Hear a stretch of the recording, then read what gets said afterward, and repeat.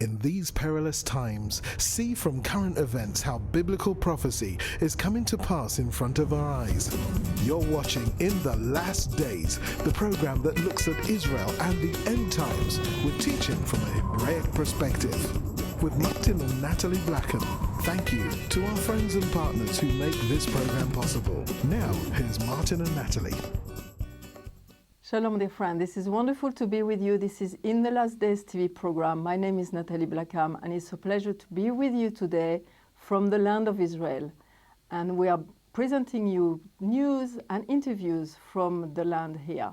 Now, today, I have a good friend, Bobby Brown, and we're going to speak about Israel and the topic of Iran, also what's happening, and the good news of seeing the land of Israel really coming alive and developing and growing. Now, Bobby was born in America, and he made Aliyah in 1978. 1978, and almost straight away you went to Tekoa.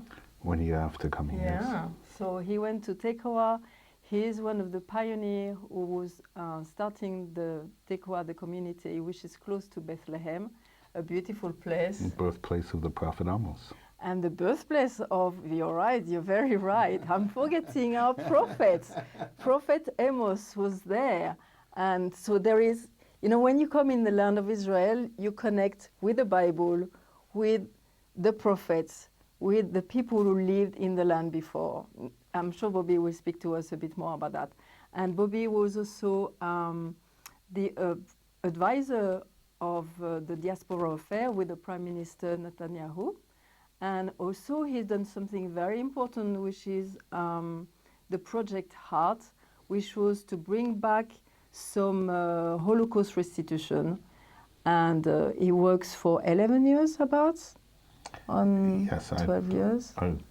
I worked up to about a year ago on Project Heart, and now I'm working on a project. I know, a wonderful project again, another project to make Israel growing and be beautiful.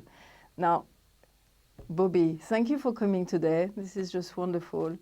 And this is, you know, for me, Tekoa is a place, almost magic place, I would say. It's just a wonderful land. And as you said, it's true, it's the place of the prophet Amos. Thank you very much, Natalie, and it's always a pleasure to be your guest and to speak to your very important audience. Israel is an amazing country. One time I was negotiating on Holocaust insurance with a company called Winter Tour. And Winter Tour is based in a city called Winter Tour, Switzerland. And I went there, and it's a small town, very flat. Everybody goes to work on bicycle, everyone returns on bicycle. They talk about the weather, they talk about sports. And I thought if I lived here, I would die. Because in Israel, every day something is happening. Every day you turn on the news because whether we want to or not, we are the center of the world. And every day something wonderful happens, and every day God gives us warnings, be careful. And right now we are in a very dangerous moment when really the center of evil in the world right now, Iran, sponsor of terrorism, hater of minorities, murderer of Christians, murderer of gay people, murderer of anyone who doesn't toe a pure Islamic line, is about to be awarded $150 billion and given a free ticket to an atomic bomb. I know. When they say that is a good deal for whom? Well, it's interesting because one of the key people that will need to vote against this is a senator called Chuck Schumer from New York. And Chuck Schumer has been very quiet. He hasn't said he's voting yes, and he hasn't said he's voting no. But he recently gave a press conference in which he said how we in America, not we in Israel, need new laws on guns, to control guns. And I thought to myself, how strange. You want to keep people safe by having less guns in the public's hands, and yet you're willing to put atomic weapons into the hands of people who have threatened to use it? There is, I have to assume that President Obama and Secretary Kerry tried. I have to assume that their goals were lofty and correct. But they negotiated too long, they gave too much, they got too little at too high a cost. And twice before, and when we look back in history, you can say, look what Israel did.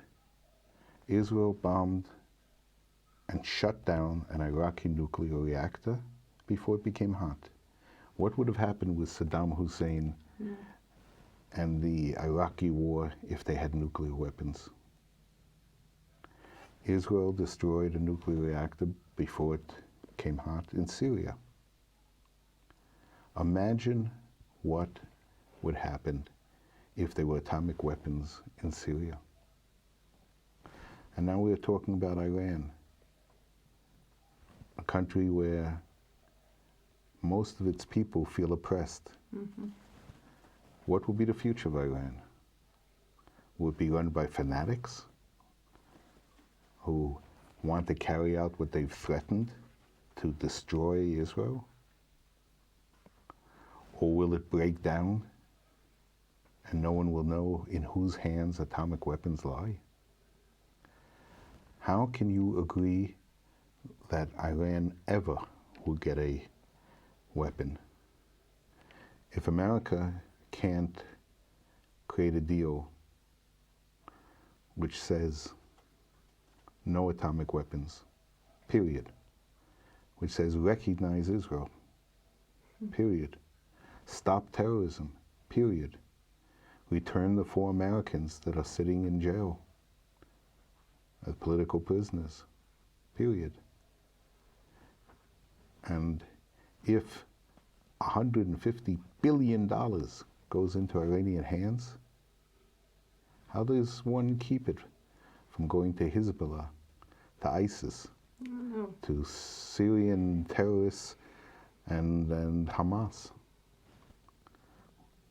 It is a bad deal. And like quite often, bad things are tried against Israel. And what people don't realize is Israel is the canary in the mine. When there were attempts to hijack airplanes of Israel, the world said, oh, it's Israel, until it became a problem for the entire world. When Israel had its first suicide bombers, people said, it's Israel, why should we care? Now every country in the world needs to fear such crazy individuals and groups. So, I think most Israelis, from the left to the right, and many, if not most American Jews, realize the dangers and are fighting with our Christian allies, those people who believe in Israel and say, no, if God put me on this earth, this might be the moment to keep the state of Israel safe. So it's a message that is needed to be said to all of your watchers and listeners, and hopefully they, with their respective governments and parliaments, will work to stop what unfortunately has already started. Now, what I like also here in Israel is like every voice is important, and a lot of people here in Israel knows that they can change the world. And I find sometimes now in Europe, they are afraid, or they are saying, I can't do anything, but they can. And it's something who's been given to them. And you are just a number, you are just one person in the middle, but we are all individuals and we can change things. We can go to our MP, in England is a member of the parliament, MP, and here is MK, member of the Knesset. And we can change things. And the interesting thing also in the UK, I'm saying to the Christians, especially who like Israel, I say go under a big umbrella. Be all together. Don't fight like I have a little branch here and a little branch here. I mean, like Kufa in America is becoming big, and they can have a stronger voice because they are together. And I hope, and Kufa is coming also in the UK now, and they are growing, which is a great thing. And I say, please, be under a big umbrella as Christian Zionists. We are your brothers who are with you, and to have a stronger voice. And I think it's very important. And every one of you, you can do something. You are not just a number. Every one of us, we are made in the image of God, and we can do something. Go in your prayer group. Go to see your leader. Go to see your MK. Write letters. It's very important. Evil begins where silence reigns. And the worst sentence in the world is, what could I do? And we don't necessarily believe exactly the same, Jews and Christians.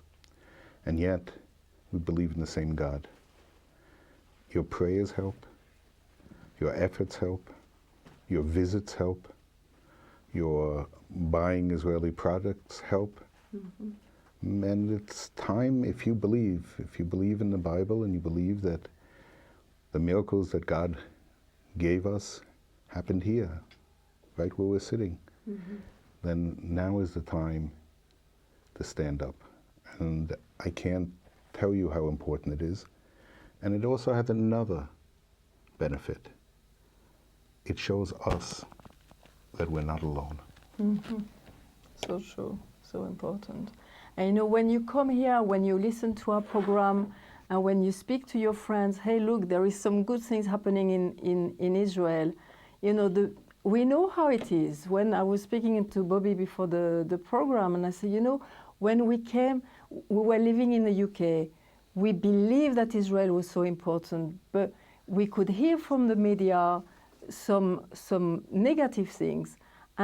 And even we didn't believe them, we were influenced by them. And every time that we're coming here, it was like, oh my gosh, they are growing. They are striving for life, for good things. And so we do this program again for you to have that. Speak a bit, Bobby, like you live in Tekoa, which is in Judea, but there is other projects also to carry on developing the south of Israel. And I think it's important for the people to know this kind of things. I can't go into details because we're in a very crucial moment. Sure. But I am working with Christians to create a new and very exciting project in the South, which hopefully will help to change Israel for the better, give employment. And I hope you'll invite me as soon as we reach the stage where we can talk about it. But once we open, once we succeed, I hope all of your viewers will come in and see what we've done. Mm-hmm, wonderful. But there is things already happening in the Negev, isn't it? Like there is, the road is getting better, there is Well, the roads in Israel have changed dramatically in the last few years. There's been a tremendous amount of money and effort so that people can live one place and work one place and be between them only a short period. Also, the center of the army had always been in Tel Aviv. And so in essence, they were squashed. They were the most expensive land in Israel. Renting for people who worked there was dramatically expensive. And it was not always a good place to bring up little children. And the Israeli government decided to move the army to the south. That the center of all the army will be around Beersheba and further south, And this will change. It will change the schools. It will change the housing. It will change everything as many, many, many soldiers and officers come to live in the South. So it's exciting. And I think that Israel cares. Israel wants, in many, many countries, the capital city or a few of the big cities become the center and everything else is forgotten. That's not the Israel we want to see. Wonderful, Bobby. I want also to speak a bit of like what's happening here in Israel this week. We had a lot of painful events. There was an Arab little boy who was murdered. There was a Jewish young lady who was murdered. There is extremism on both sides. And I would like to have a bit of your opinion and your comment on these things. Well, you can judge a society not because it has no extremists. I don't know if such a society exists. But you can judge a society on how it deals with an extremist action. And I think when extremists who probably number 0.001% of the population tried to terrorize an Arab family and a house caught fire and a baby was burnt to death, the shock was palpable everywhere you went. Everywhere you went, the feeling was worse than when a Jewish child, because we are holy people. We don't do that. And every single person in Israel is now saying, catch the people who did it, try them, and give them the longest jail sentence that we could possibly give. Israel is always a dichotomy. And if you take the issue of gay rights, there is no country almost in the world that values family longer and harder than the state of Israel. This is so true. We testify of that all the time. We come from the UK, I come from France. But in our countries, it's almost like a tradition. They don't really know always the source of why is it so important. And here you carry inside why is it so important. So you bring it from generation to generation. And I know that our family is so much better here than the link is even stronger. And you know what is also one of the things is Shabbat. Because Shabbat, the family comes together is one of the things. We shut the TV, we shut the radio, we shut the computer, and we talk to each other. But I think we had an incident where a fanatic stabbed people at a gay march. It also hit home. And every person, even those who are not gay, who don't believe in a gay lifestyle, felt obliged to say, in Israel you can be free and believe as you want. In Israel, no one has a right to terrorize you because of what you believe or don't believe. And even the religious minister of education, who quickly announced that he will increase the amount of funds going to gay groups and for education on this issue, because we do not tolerate oppression, terrorism, and that's what makes Israeli society holy.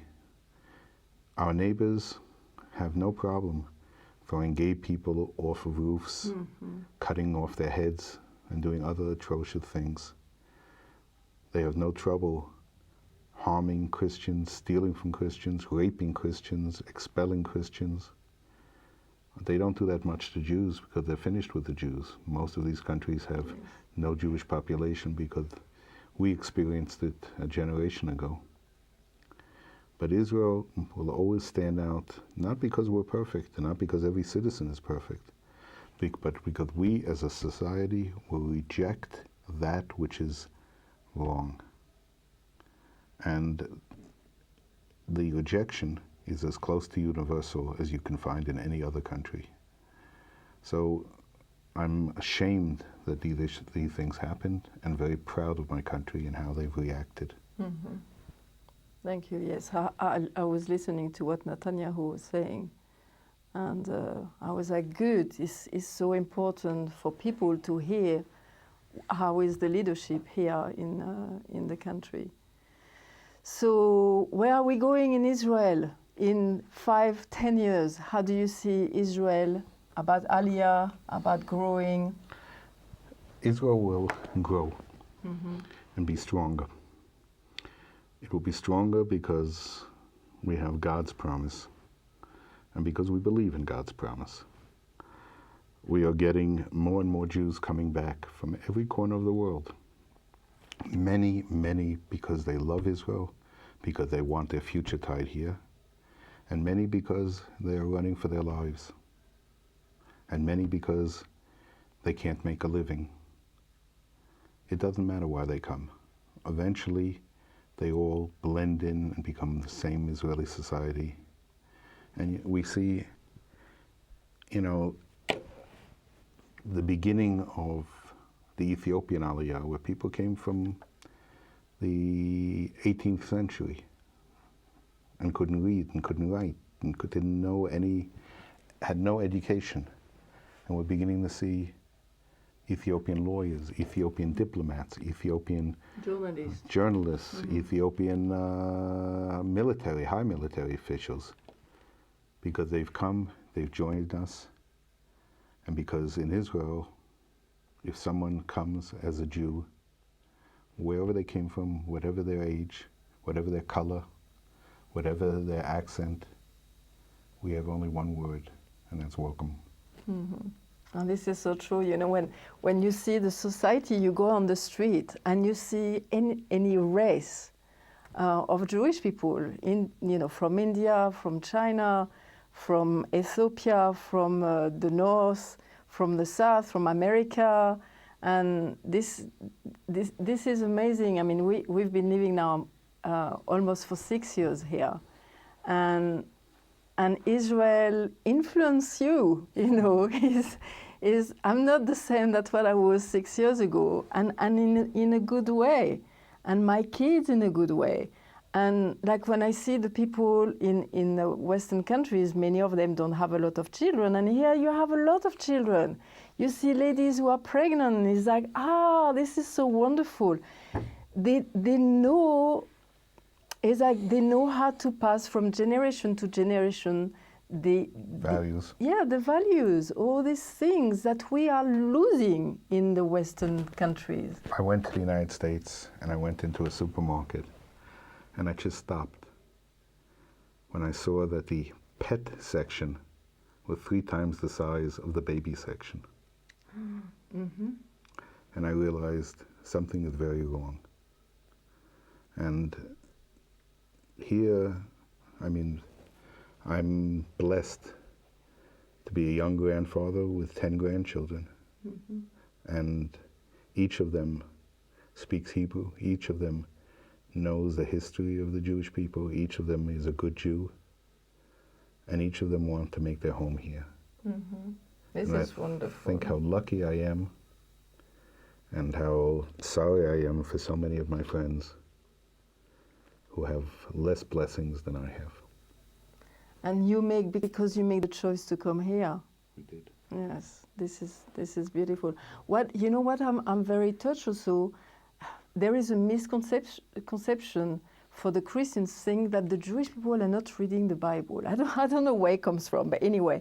And I'm so pleased to see, like your grandchildren, they go to school, they learn Torah, they spend time, they know about the prophets, they have a knowledge. Secular or traditional Jewish people, interesting enough, they have a certain level of knowledge of the Torah. They just did a poll. Mm-hmm. That found that 95% of Jewish homes in Israel have a Torah, have a Chumash, a Bible in the house. And yes, some kids learn our Jewish traditions and history as history, as tradition, not necessarily religion. But nobody doesn't. Everybody knows the holidays. Everyone knows, not everyone obeys every law of the holidays, but when it's Sukkot, the tabernacles, people know it. And when it's Rosh Hashanah, people know it. And on Yom Kippur, with the exception of some kids on bicycles, the entire country shuts down and remembers that we are being judged by the perfect judge. This is interesting. One of the things that touched me here is like living here. I think sometimes we are very judgmental, and now that I live in Israel, I'm less and less judgmental. It's like he is the judge. I can't judge my neighbor. I don't know his heart, and this is so important. You know, time is finished. Our program is already finished. It's like, thank you, Bobby, for coming.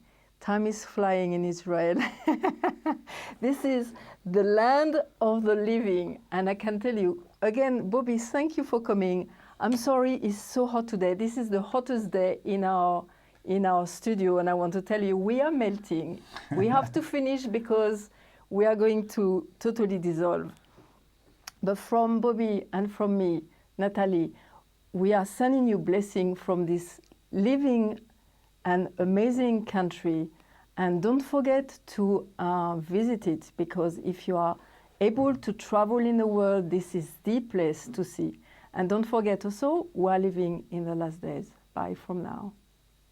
You've been watching In the Last Days, a TV program with Martin and Natalie Blackham, the program that looks at Israel and the end times with teaching from a Hebraic perspective. If you would like to financially support the program or find out about conferences, meetings, or ministry products, then please contact us with the details on your screen. Visit our easy-to-use website at www.inthelastdays.com and register for our free e-newsletter. Get the latest news from Israel, product information, online video teaching, or watch today's TV program at a time that's convenient to you. Thank you again, friends and partners, for making this program possible.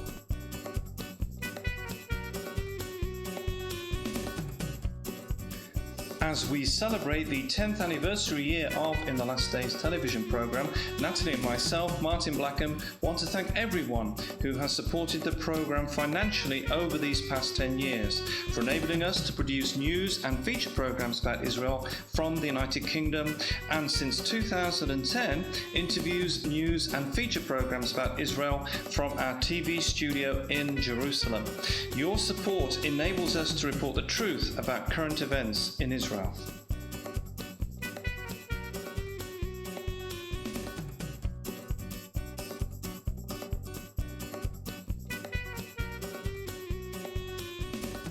See you same time, same station for the next program from In the Last Days.